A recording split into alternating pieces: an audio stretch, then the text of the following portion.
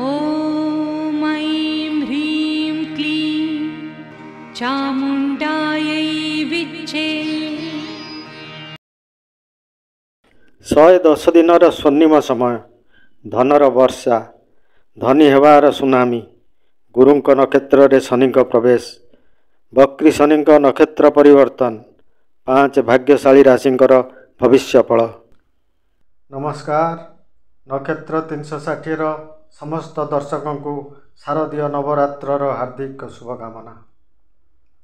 3 October को दंडाधीश, न्यायकर्ता, कर्मफलदाता शनिदेवंकर नक्षत्र परिवर्तन होगाकू जाउछि।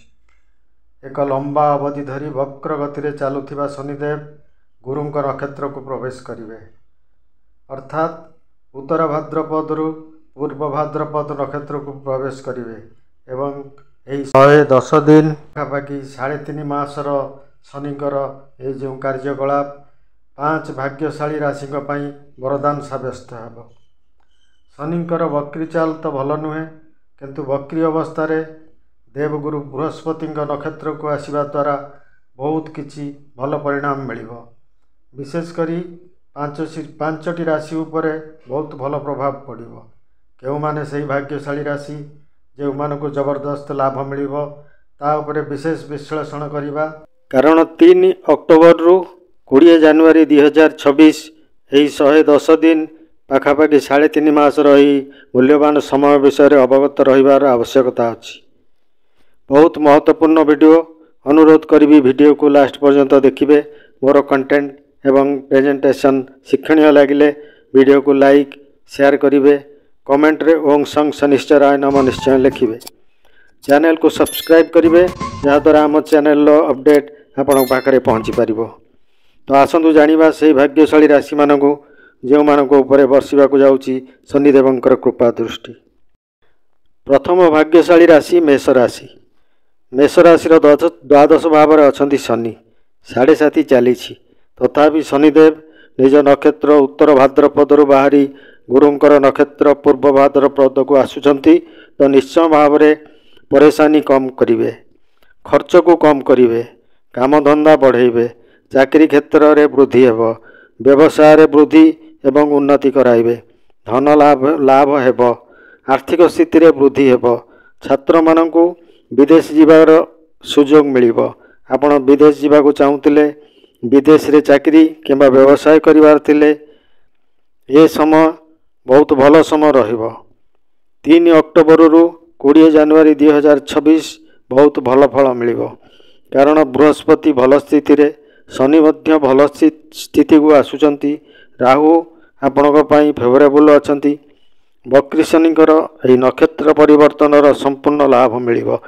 चाकरी रे व्यवसाय रे उन्नति हेब, धन लाभर सुजोग अछि। तो मेष राशि पई शनिकर यही नक्षत्र परिवर्तन शुभ फल देव। शनिदेव का नक्षत्र परिवर्तन रु लाभवान होउथिबा द्वितीय भाग्यशाली राशि मिथुन राशि। मिथुन राशि पई शनि भाग्येश 10म भाव में अछंती। गोचर करिवे पूर्व भाद्रपद नक्षत्र को तो बहुत शुभ परिणाम मिलिबो। मिथुन राशि को शनिकर यही नक्षत्र परिवर्तन द्वारा कौन फायदा मिलिबो? आपणक काम कारोबार रे उन्नति हेबो, बेरोजगारी मानकु रोजगार मिलिबो, नुआ व्यवसाय आरंभ करिवे, नुआ चाकरी मिलिबार योग रहिछि। गाड़ी किनिबाकू चाहूतिले, घर किनिबाकू चाहूतिले, यही समय रे आपणक मनोकामना पूर्ण होई पारे। धन लाभर योग सृष्टि हेब, खर्च भी कमिबो। मोटामोटी भाव देखिले शनिकर यही नक्षत्र परिवर्तन मिथुन राशि पाई बहुत फायदामंद रहिबो। बास निजर बाणी उपरे व्यवहार रे संयमता रखंतु, कर्म उपरे भरोसा रखंतु, शनिदेव आपण को बहुत किछि देबे। तृतीय भाग्यशाली राशि जहाँ को बहुत शानदार लाभ मिलिबो से हेले कर्कट राशि। कर्कट राशि 9म भाव रे अर्थात भाग्य भाव रे शनि नक्षत्र परिवर्तन हेउछि। ता पुणी पूर्व भाद्रपद गुरुंक नक्षत्र को तो भाग्य रे उन्नति हेब, धन लाभ हेबार जोग, अटकी जाइथिबा काम संपूर्ण हेब, व्यवसाय रे उन्नति करिवे, चाकरी क्षेत्र रे मान प्रतिष्ठा बढ़िबो, स्वास्थ्य रे उन्नति, वैवाहिक जीवन प्रेममय ଏବଂ ସୌହାର୍ଦ୍ଦ୍ୟପୂର୍ଣ୍ଣ ରହିବ।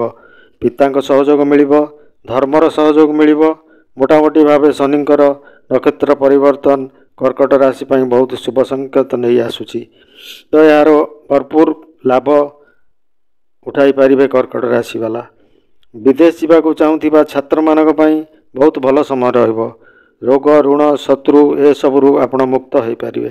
ଚତୁର୍ଥ ଭାଗ୍ୟଶାଳୀ ରାଶି ଯାହାଙ୍କୁ ଭରପୁର ଲାଭ ଦେବେ ଶନିଦେବ, ସେମାନେ ହେଲେ ଧନୁରାଶି। ଧନୁରାଶିର ଶନିଙ୍କ ଢେୟା ଚାଲୁଛି, କିନ୍ତୁ ଶନିଦେବ ପ୍ରବେଶ କରିବେ ପୂର୍ବ ଭାଦ୍ରପଦ ନକ୍ଷତ୍ରରେ। ଗୁରୁଙ୍କର ନକ୍ଷତ୍ର, ଦେବଗୁରୁ ବୃହସ୍ପତି ଧନୁରାଶିର ଲଗ୍ନେଶ। ଧନୁରାଶିର ସ୍ୱାମୀ ଗୁରୁ ବୃହସ୍ପତି। ଶନିଙ୍କ ନକ୍ଷତ୍ର ପରିବର୍ତ୍ତନ ହେଉଛି ଚତୁର୍ଥ ଭାବରେ।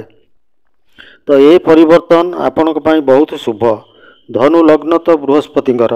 ଏଠାରେ ଶନି କଷ୍ଟରୁ ଲାଘବ ହେଉଛି, ଅର୍ଥ ଲାଭ ବଢ଼ୁଛି, ସୁଖ ସାଧନ ବଢ଼ିବ, ମାନ ପ୍ରତିଷ୍ଠା ବଢ଼ିବ, ଧନ ଲାଭ ହେବ, ରୋଗରୁ ମୁକ୍ତି ମିଳିବ, ଶତ୍ରୁ ବାଧାରୁ ମୁକ୍ତି ମିଳିବ, ବ୍ୟବସାୟରେ ଉନ୍ନତି ଦେଖାଦେବ। ଏହି ନକ୍ଷତ୍ର ପରିବର୍ତ୍ତନ ସମୟରେ ଚାକିରି ବଦଳାଇବାକୁ ଚାହୁଁଥିଲେ, ନୂଆ କାମ ଆରମ୍ଭ କରିବାକୁ ଚାହୁଁଥିଲେ, ଏହି ସମୟରେ ପୁରା ଲାଭ ଆପଣ ନେଇପାରିବେ। ବ୍ୟବସାୟରେ ବହୁତ ଭଲ ଧନ ଲାଭର ଆଶା ପୂରଣ ହେବ। ମାତା ପକ୍ଷର ସହଯୋଗରେ ବ୍ୟବସାୟ ବଢ଼ାଇବାର ସୁଯୋଗ ମିଳିବ।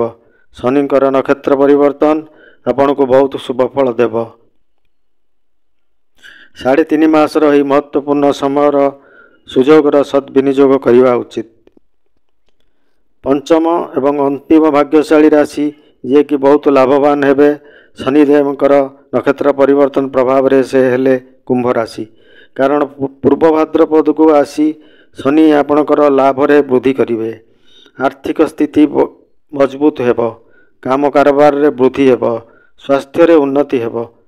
ଜୀବନର ଯେଉଁ ପରେଶାନୀ ବା ଅସୁବିଧା ଚାଲୁଥିଲା ତାହା କମ୍ ହେଉଥିବାର ଅନୁଭବ କରିବେ ଆପଣ ଏହି 3.5 ମାସ ମଧ୍ୟରେ। ଏ ସମୟ କୁମ୍ଭ ରାଶି ପାଇଁ ବହୁତ ଭଲ ସମୟ ରହିବ। ଲଗ୍ନରେ ରାହୁ, ସପ୍ତମରେ କେତୁ ଅଛନ୍ତି, ତ ଆପଣଙ୍କୁ ସାବଧାନୀ ରଖିବାକୁ ପଡ଼ିବ। ଆପଣଙ୍କ ବାଣୀ ଉପରେ, ଆପଣଙ୍କର କମ୍ୟୁନିକେସନ୍ ଉପରେ ଜଲ୍ଦବାଜିରେ କୌଣସି ନିର୍ଣ୍ଣୟ ନିଅନ୍ତୁ ନାହିଁ। ଆପଣଙ୍କ ପାଇଁ ବହୁତ ହିତକର ହେବ। ଶନିଦେବଙ୍କର ନକ୍ଷତ୍ର ପରିବର୍ତ୍ତନ ଆପଣଙ୍କ ପାଇଁ ବହୁତ ଶୁଭ ହେବ। ଶନିଦେବଙ୍କର ପୂର୍ବ ଭାଦ୍ରପଦ ନକ୍ଷତ୍ରକୁ ଗୋଚର, ଯାହାକି 3 ଅକ୍ଟୋବର 2025ରୁ 20 ଜାନୁଆରୀ 2026, ଏହି 5ଟି ରାଶିମାନଙ୍କ ପାଇଁ ବହୁତ ଶୁଭ ଏବଂ ଭଲ ପରିଣାମ ଦେବ। ଭିଡ଼ିଓକୁ ଲାଷ୍ଟ ପର୍ଯ୍ୟନ୍ତ ଦେଖିଥିବାରୁ ଧନ୍ୟବାଦ।